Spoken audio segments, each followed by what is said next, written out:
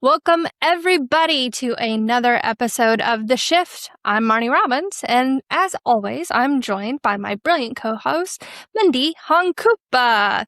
Today, we're... Long story, inside joke. Today, we are talking about something that sits underneath almost every conversation that we're having about AI right now. Not the tools, not the technology, but us. Because while AI is changing the way we work, it's also forcing us all to ask some pretty uncomfortable questions like, what work do I uniquely bring? How do I stay relevant? And maybe the biggest of all, what do I want to become in this next chapter of work? And that's exactly where this conversation goes. We couldn't think of a better person to have with us than our very good friend, Beth White. Beth is the founder and CEO of MeBeBot, and she's building an AI-powered employee experience long before AI became the headline of every conference and LinkedIn post. She is the OG. She's spent years helping organizations navigate technology without losing sight of the humans behind it. But what I've always appreciated most about Beth is that even when she's talking about AI, she's really talking about trust, leadership, curiosity, and creating workplaces where people can thrive through change. So Beth, welcome to The Shift. Well, thank you, Marnie and Mindy, for having me, and what a warm welcome. I really appreciate that. Glad to be here today, because if there's any way I can help your listeners, learn a little bit more about where we are today and where we're going, happy to help out. Well, and I mean, Mindy and I are both smiling ear to ear because we truly are just good friends and fans of Beth. And every time we get together, and likewise we just to you guys. Yeah. Yeah. So, Beth, we do start the same way, though, with every show. And that's really more about your story, like what brought you here today. And so, not just about MeBeBot, but like what's the story of the way that has shaped your thinking about how we approach technology, humanity, all of those good things, like your ethos today. Yeah. No, that's a great question. And I've, answered this question on different podcasts, different times. And for some reason, I'm thinking right now of one book that was so influential, and it's a super old book. Years ago, early in my high school days, I read a book called Working, and it's by an author named Studs Terkel. Super 70s oriented book. And it was really fascinating to me because here you are, high school student, about to graduate, facing the world of, do you go to college? What do you do after you graduate? And the world's in front of you. And frankly, I didn't have a lot of people that in my life that I knew were really happy in what they did. And this book went through and described a lot of different jobs people had and how they, what they do to work. And some of them were really hard, kind of terrible jobs. And I started thinking, oh my gosh, I'm beginning this life and I'm going to have to work for at least 1/3 of the time I'm on this planet. And you really want to align yourself with something you ideally love to do and you're passionate about. And so it really led me into a career in HR, which is working with people. I believe the value of people and what it brings to the organization. So I spent about 15 years, working in HR, working with all the different roles and facets. But often I got very frustrated because with every role in companies, there's times where you get stuck into these administrative kind of processes that just do not allow you to focus on what you thought you were going to be able to accomplish in your job. And so that's really where, fast forward to 8 years ago, that's when I had the idea for MeBeBot, because I thought, wow, I'm starting to see this powerful technology out there, leveraging chatbots in consumer-facing websites if I need help, from customer service, for my phone bill, or with my bank. I was able to get this new level of support.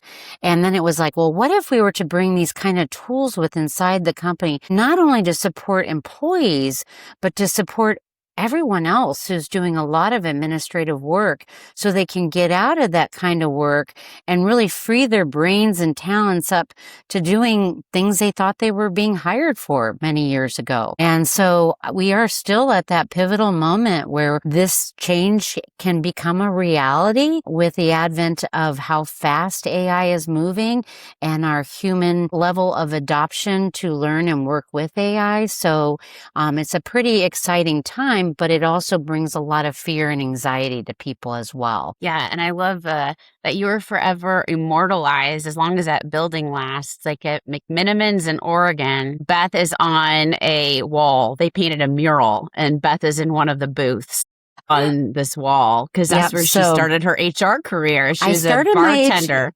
Yes, I when I was that college student trying to still figure out what I wanted to be when I grew up, and, was working part-time in restaurant industry and going to some night school classes, pursuing a couple different types of degree programs. And then, there was a need for having someone to work with inside McMinimans Pubs and Breweries, which is an awesome organization based in Portland, Oregon, and has locations all across the Northwest. And so I had a chance to bring in new talent into the organization as well as to, keep them there. And they had one of the most incredible benefits programs and still do for their employees. Plus they had retention like you wouldn't believe in an industry that's high turnover. So it really kind of sparked my thought of like, hey, if you have great senior leadership and management and you really think through, what you want your people to do with inside organizations and then value them for what they bring, you can have a really amazing organization that delivers great customer experiences, great products, and other services because you have the good people behind the scenes. What I love about that is even talking about, and I've just had a few of these conversations lately, and at risk of getting us down the hospitality track, but is the idea of mastery and autonomy and sense of fulfillment of one's personal purpose within the hospitality industry can be really difficult.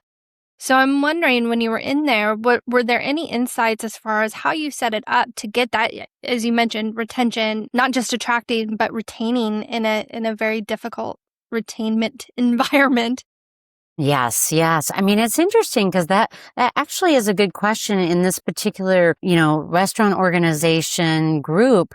They were able to do something pretty unique. When you were hired to work at one of the locations, you learned several skills all at once. You learned how to cook. You learned how to prep food.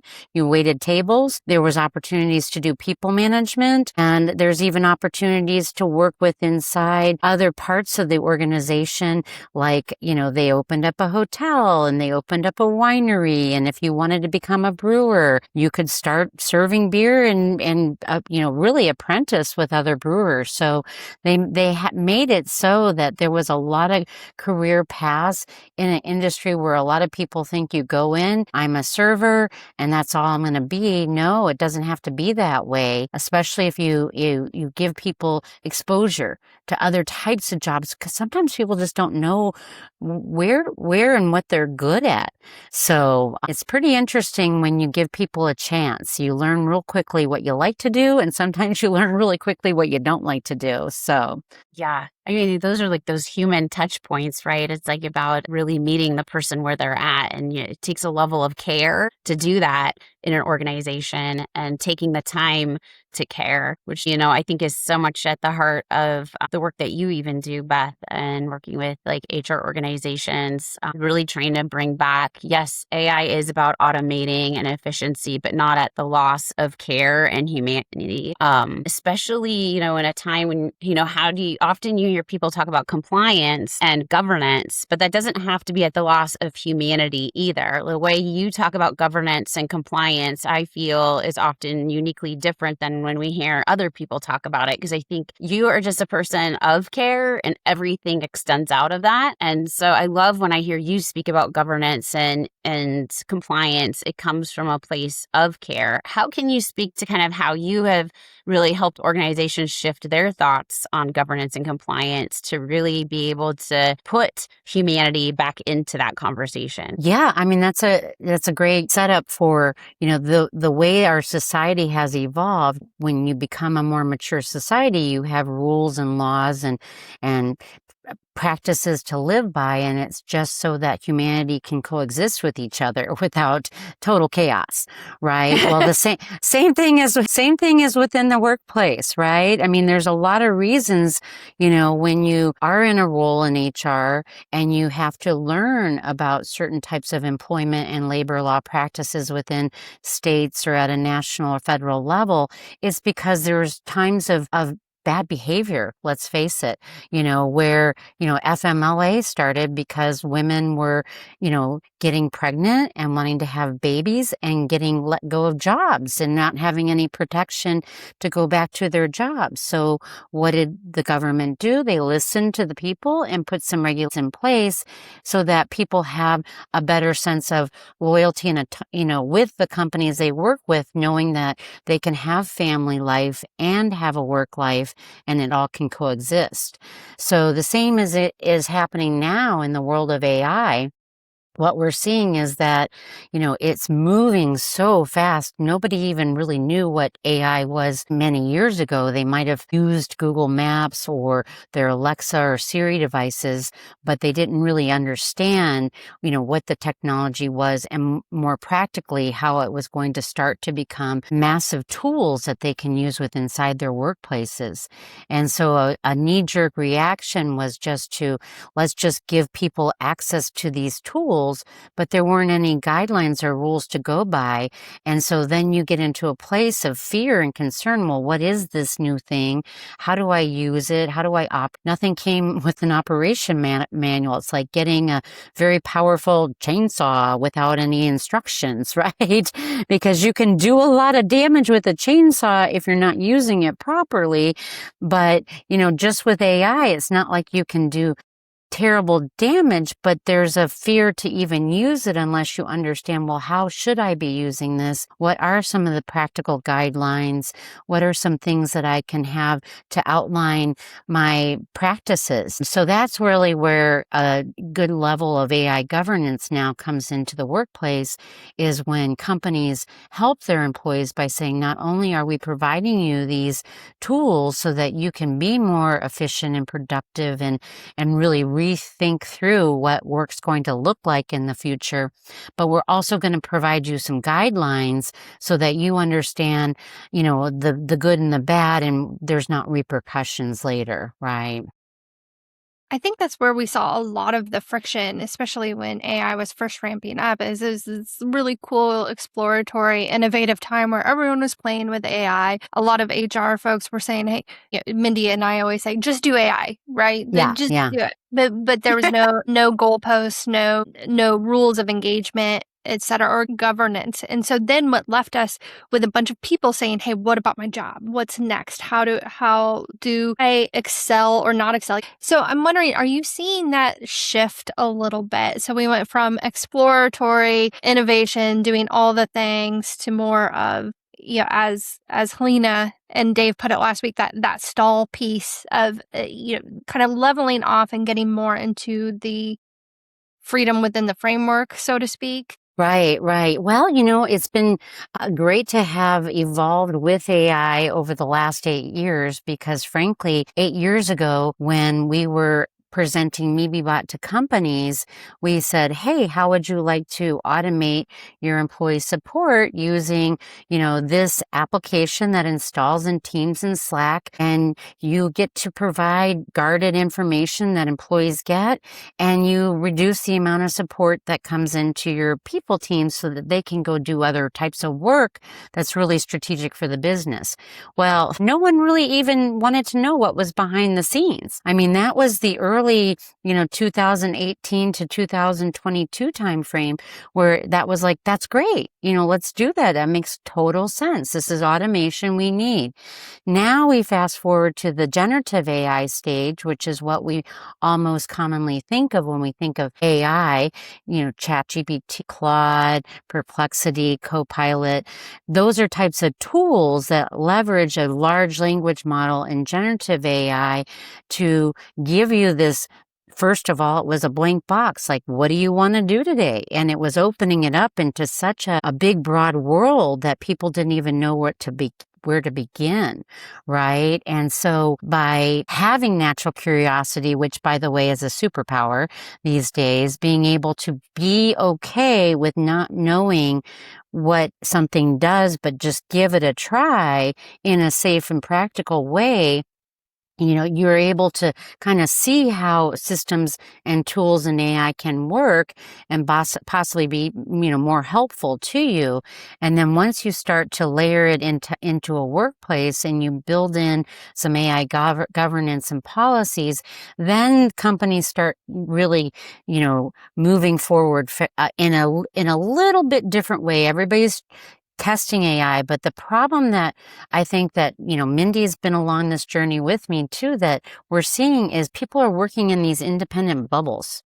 Like I have my own instance of Copilot. I have my own instance of ChatGPT. I'm going to do work for me. And that's the piece that I'm not quite comfortable with myself, is because one of the things organizational design is all about is team. Yet we're giving people tools that's all about the individual initially, and we're not guiding them to the light of what the team can do together. And so that's why we've been doing, with MeBeBot, we've been doing AI consulting work and AI trainings to take teams of people together. So individuals, instead of having them do exercises on their own, self-guided, which is what many companies are pushing out these days, we're bringing people together within like departments or roles. And we're basically saying, all right, here are some of the ways within what you do, you could consider using AI to help the overall team, and ways that you can build things like a Gemini Gem or a Claude project that can be shared across the team or the organization to help everyone as a whole. And so that was always the goal with MeBeBot, is to have a solution that helps out the whole of the employee population. And so where things are getting stuck right now is not making that move to the literacy required to the team, collectively working together, getting a culture to feel that it's okay to test, iterate, experiment, and fail at times, and not be afraid of any kind of retribution. And right now it's this, we're not really instilling that, because instead we're creating a lot of fear in organizations with a lot of the reductions.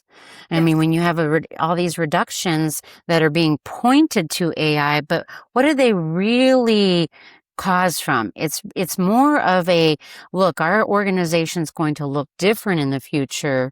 We know that we're going to create brand new roles in certain areas that didn't exist before, and certain roles may be merged into other roles. So there's a shift happening, but the fingers are getting pointed at AI being the culprit and the expense of AI, when that's not really it. And so to me, the best advice I could give to people who are worried and concerned about their jobs is start to take thoughts into yourself, like, what are you good at? What do you like to do? And then think about what you've been doing now within the company and what your job could look like in the future with the partnership of AI, which is going to be expected. That's what the C-suite is expecting, because they know that they need to be kind of in this world of using the most modern technologies to be competitive in both how they are managing their business and operating expenses, as well as, generating sales and products.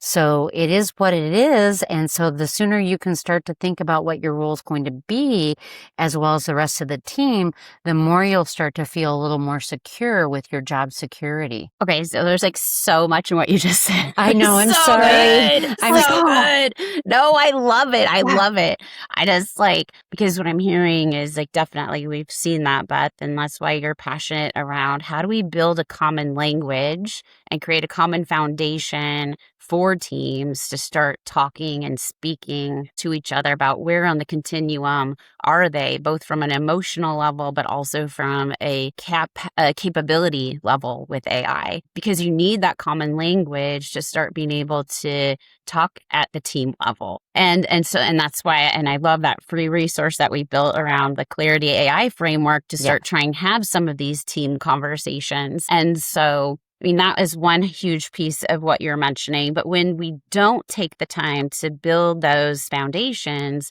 then we are seeing, like what you said, there's a lot of fear. We're getting stuck in these less than scarcity mindsets and these quick term decisions where people feel like they have to have all the answers, but no one does. And without the common language to speak, we're just, it's almost like we're digging deeper holes in these organizations and we're losing sight of the system. Like we're losing sight of systems thinking and the inability to speak about a system with these kind of short term. And there's a tension, right? Because everything you just said with very agile practices, because we don't know, we have to, understand and learn and try new things to help us inform, is this the right next step? Right. But it's you have to be able to make some short-term decisions in order to understand and get more insight into the long-term. And so that tension of short-term and long-term is so felt right now, but without a dialogue to speak about it as a team and without thinking about the system, we do get stuck into these individual, almost so it's not just silos anymore, Beth. I was realizing we were talking, or individual silos. Little We're bubbles. so disconnected. We're yes. little I feel like everyone's bubbles. these little bubbles living in their own protective universe, and they're not, penetrating the bubble of others, right? So, and because of that, what you just said, which we have also been seeing, is because we are in the short term, we aren't thinking, organizations aren't thinking about those jobs of the future. We see that a lot in the work. But you have this amazing data, because I think a lot of people just feel like everything's going to go away. But you have really great data that you've done, that you bring in when you're doing the consulting to help people stay or have a mindset shift to an abundance mindset about the future, for them to be able to kind of open their eyes and be able to speak about the future in a safer way. And you talked about it a little bit, but I'd love to get into the data that you're seeing about that shift. Yeah, it's an evolving process, right? There's a lot of experts out there that collect data from pretty comprehensive surveys. So I always follow the Gartners and the McKinsey reports, et cetera, that are put out there to kind of describe what's happening. Gartner's always been on the forward thinking of, they're typically, in my mind, too aggressive, meaning they think things are going to change a lot faster than what reality is. Because I remember years ago when we started MeBeBot, they said, everyone will be using a chatbot by 2020. Well, that didn't quite happen, right? We also had a global pandemic in there and some other changes that impacted our world. But the data, that I see that is encouraging is that more instructional information is being provided to people with inside companies before than ever. We've gone from, what is this type of solution, to I'm going to test it out on my own and do it in the shadow AI, which is, I don't have approvals to do this, but I'm doing it anyway, using my own instance of ChatGPT, for example, to now the companies are like, we can no longer ignore that people want to at least try AI, so we have to put some structure in place, but they just kind of throw it out there. Now I think they're realizing a year of paying for software that nobody knows how to use is starting to have the backlash. And so that's where the investment is being made into more trainings and more consulting services from the outside world, because frankly, people inside are not, at the capacity level of those who have been working with AI for many, many years. And so bringing in outside expertise is now being more common. It is another expense, but if you're going to pay for these tools, you've got to figure out how to start to get out some value. And value doesn't always have to be an ROI number metric. It can be even things like incrementally people feel more comfortable using AI as a coworker, or, employees feel a little more comfortable with the future direction of their company and the strategy using AI because they're getting exposed and trained and they don't feel as vulnerable. So retention of talented people's helping, is sticking around longer. And then there'll start to be more of the ROI on overall AI, which is still in its infancy. I mean, there's some indications from many who are using AI to really crunch a lot of numbers and data that it's a quick win, and they're seeing a lot of time savings in that area. But some of these shifts that of course require behavior changes are just taking a little longer because we're people, we're human beings, and change is hard. And we're asking people to make some pretty massive behavior changes. And that's what a lot of our conversation with HR professionals, people pros, and whatnot, we're like kind of stuck there holding the old playbooks around career development, around communication. And what you said about the team aspect in AI, to me, is just like mind-blowing next step where people's brains aren't even at this point, is how they communicate, how they collaborate, but bringing the human in the decisioning and the decision making into the AI adoption, implementation, training, I think is paramount. And so from a human perspective, particularly speaking to our HR and people ops leaders, I'm curious what you've seen from a standpoint of bringing the human skills back, because they talk about the degradation of the human skills. And that's one thing that I'm worried about, is do we become too reliant on AI that we forget to, as Mindy puts it, we forget to people, right? And so that's where, I think you're probably seeing a lot of that from the consulting side.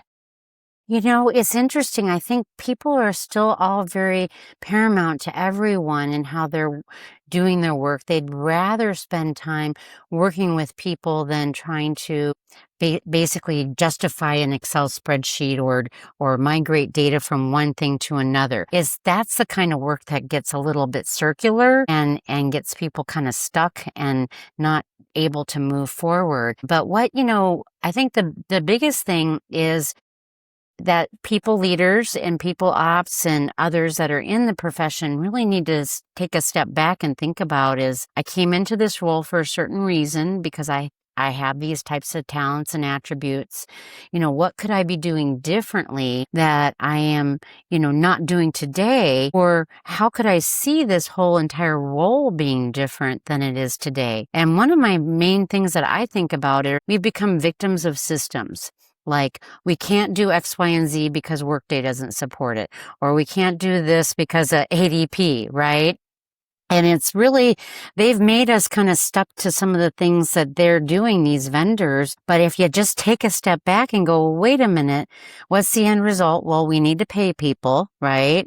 We need to provide them benefits, but really we need to really rethink, what is the kind of benefit programming that would work for people and is best for our organization, and being able to really ask those deeper questions. And, are we really attracting and doing our best to retain that top talent? Are we, what are we doing to provide that career counseling advice to keep people on a trajectory where they have a career path within our organization?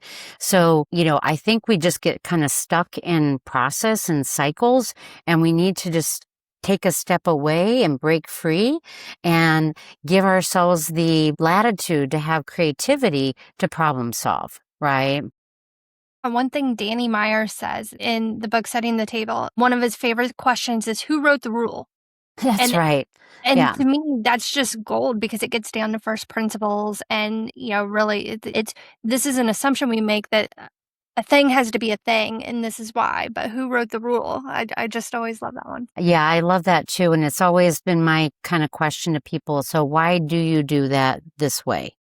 And if you just ask people to stop and think, well, that's how I was trained to do it, or that's how it was being done before me. And maybe there's cultures out there that's encouraged just to follow the same types of processes just because it's in place. But companies that are really thriving now are throwing out those rules and really rethinking everything, like, even to the point of like, what are we as a company? What do we sell? Who are our customers? How do we want to best service them? What does it mean to have people that best service the customers and build the right products to solve the problems that we want to solve as a company? So it's really taking that big holistic view that's frankly missing a little bit with inside organizations. And even being able to dream and think about what are the future jobs we're going to need. That's And right. the research that you show in that, Beth, is that you've gathered is that there's actually, and I can't remember how many years, there's actually more net new jobs than the ones that we're automating and losing. Right, right. So when you look at like a pyramid of how, organizational change is likely to happen, and this is, it's part facts and data, part, crystal ball a little bit, because we all have to visualize, but there's, it's the administrative routine work jobs and tasks that really need to be examined today, because that is the perfect work for AI. The types of work, to your other question before about where do we go as humans for cognitive thinking and to make sure we're not, becoming dumber because of AI, it's applying what we know business wise about organizations and the way, our society operates to guiding the AI. I mean, AI is not anything unless it has people to guide it, right?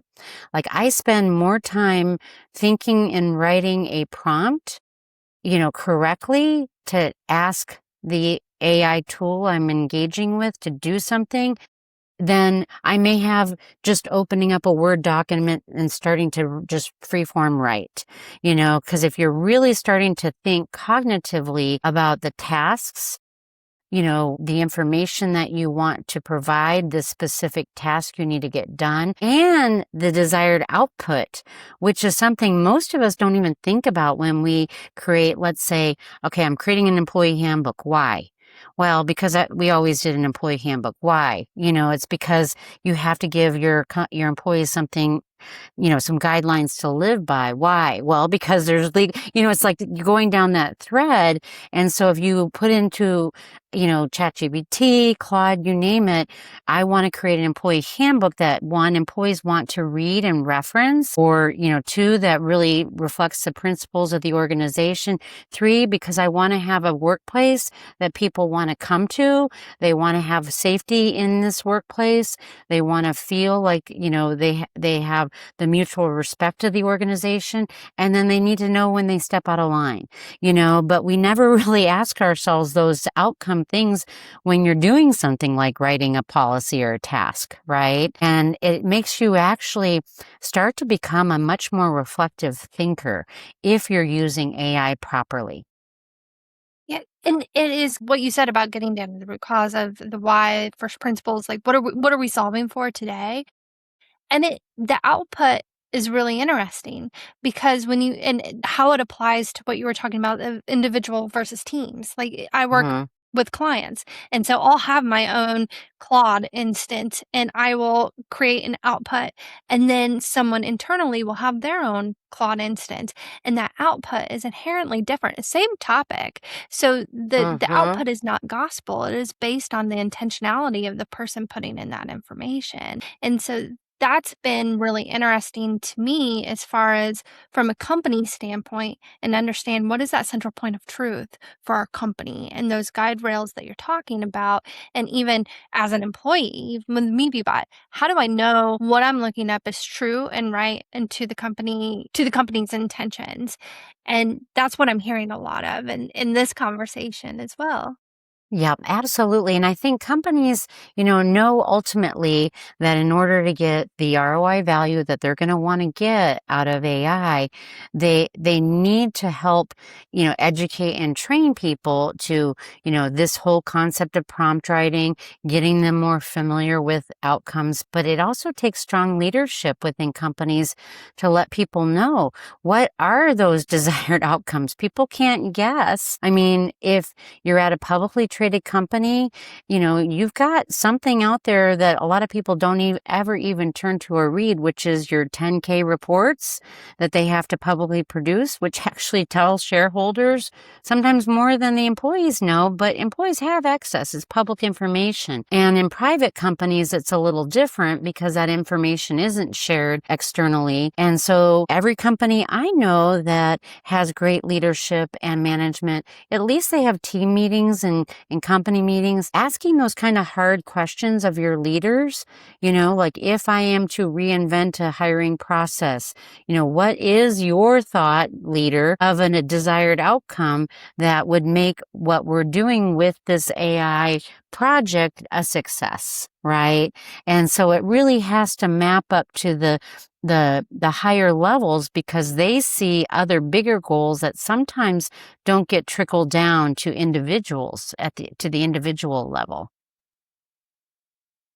I'll never forget a conversation that we recently had with another friend around how she was just trying to, you had even like, well, you could, use AI, your business license to actually pull the 10Ks. Am I Yep. saying that right? Yep. 10K And reports. Yep. right, the 10K reports and, prompt it to understand with the right role and context and everything to really help you rethink your own current job description based on where the company's saying it's needing to head and what its goal towards with the outcomes that they're reporting to the public. And then be able to say what guidance are the skills that are going to decrease with AI within your role versus what is going to be emerging and what might you want to how might you rethink and lean into that and how your role changes. They got so excited. They hadn't thought about doing it in that way.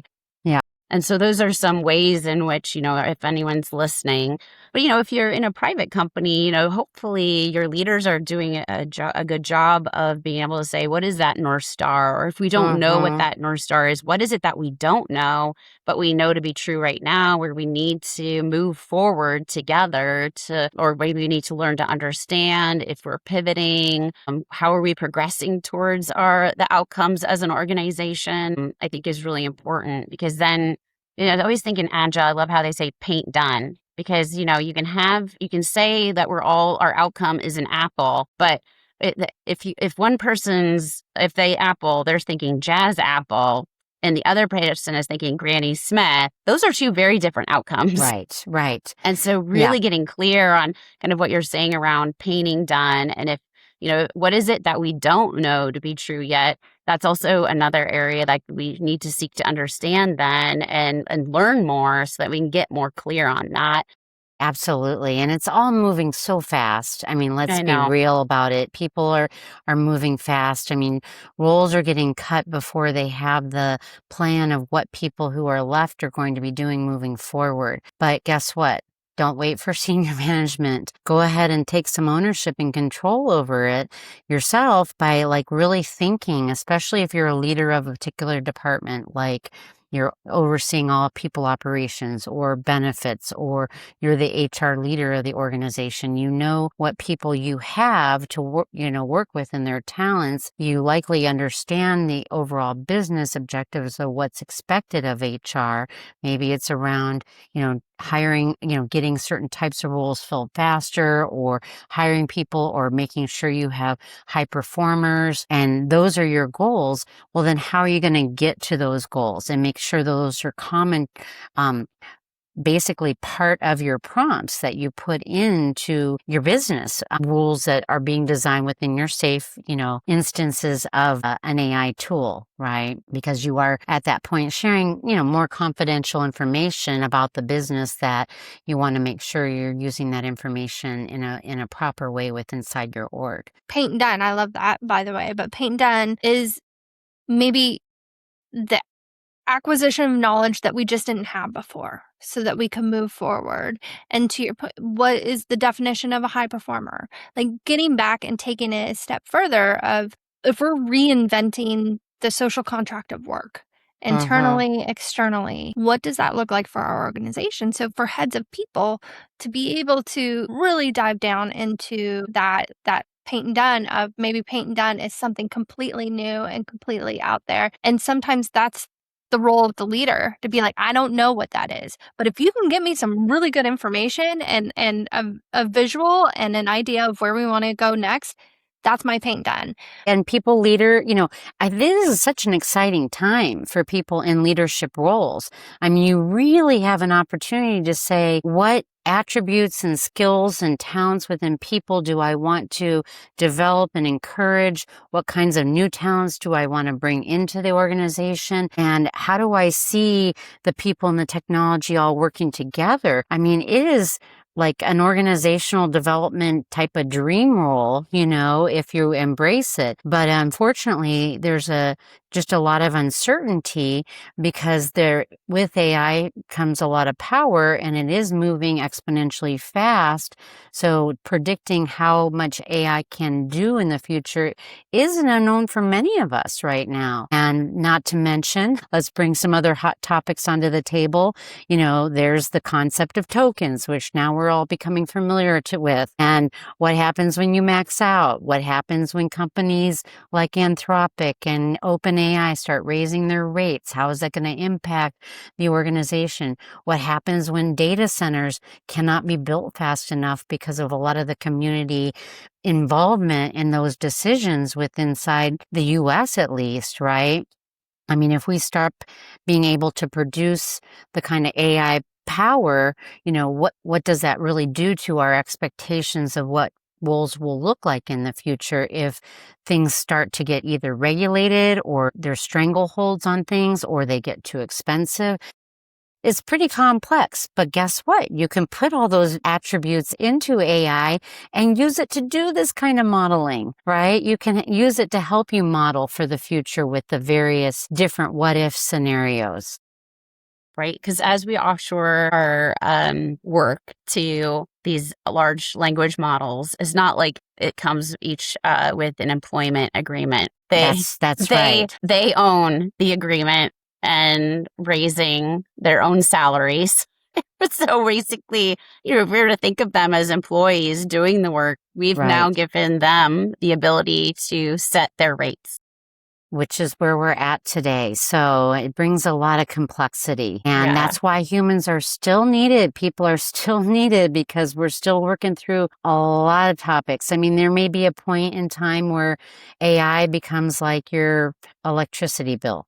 It's really flat, it's standardized, and maybe even regulated by your state or the federal government. There's just a ton of unknowns. But think about like the internet. When we were all first getting access to the internet years ago, I remember that had a lot of variable rates, and even your cell phone and how many minutes you spent on phone calls and this and that. So, but then people have, you get to a tipping point where enough's enough and it plateaus out.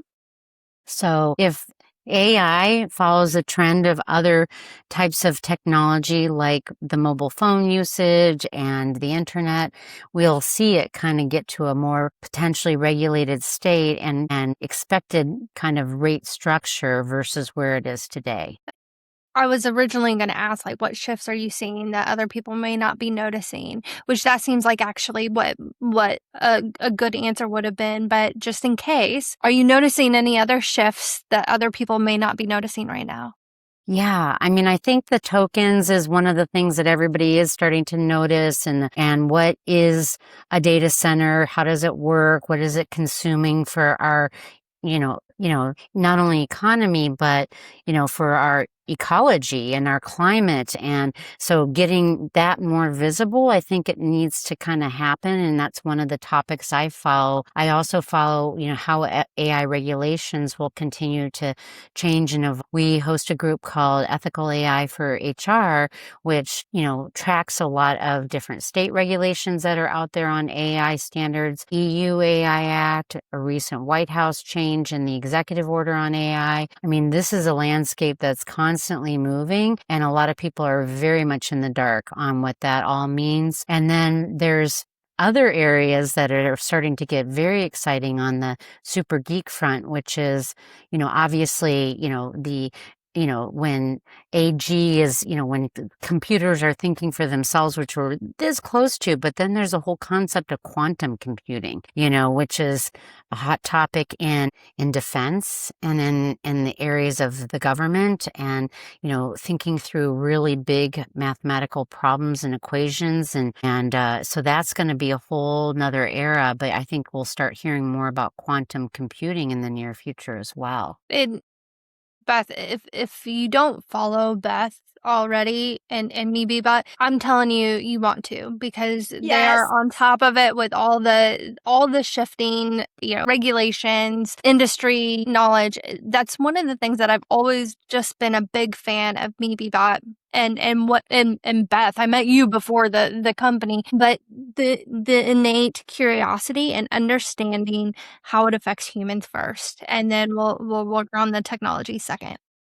Well, it is. I mean, AI is again moving at a pace where we do have to be concerned about humanity and our futures on this planet and our future children's livelihoods and roles, and what environment they're in. We also have to consider, gender differentials and, economic gaps of people who are the haves and the have-nots, like people who had phones and didn't have phones. And it was very similarly. So there's, it's being talked about, not just, we follow a lot of news coming out of the United Nations. They had a recent conference on, obviously AI and thinking through it at a World Economic, Council also has this as a hot topic. It's, this is going to be so impactful on us. We all just don't even know or understand the trickle down effect yet. But don't be overwhelmed by it all, because we can all still do our own micro parts and pieces to,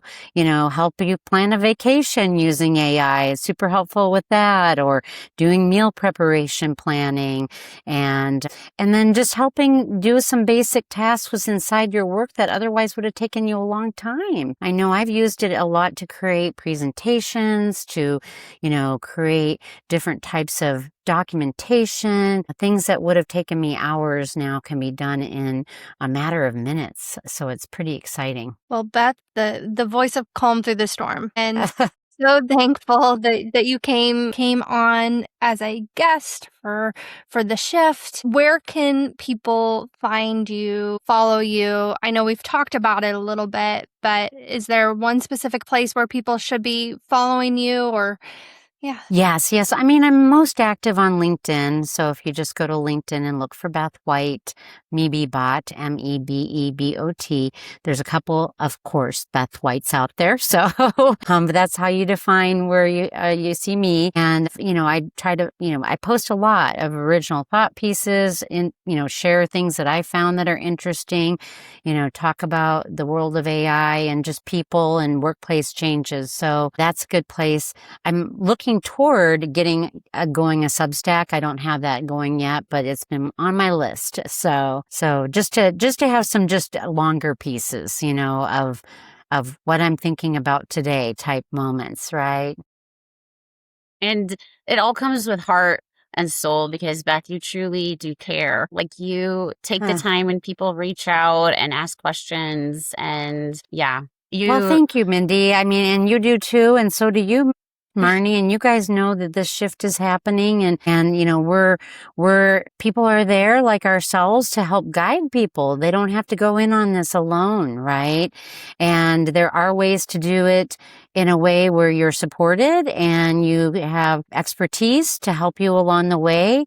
And I know you both provide a lot of that guidance and expertise and advice to the clients you work with. Thank you. That is our heart. We can't do this alone. We That's truly right. believe it has to be done with community. For sure. For sure. So great to be here today. Thank you. See y'all later.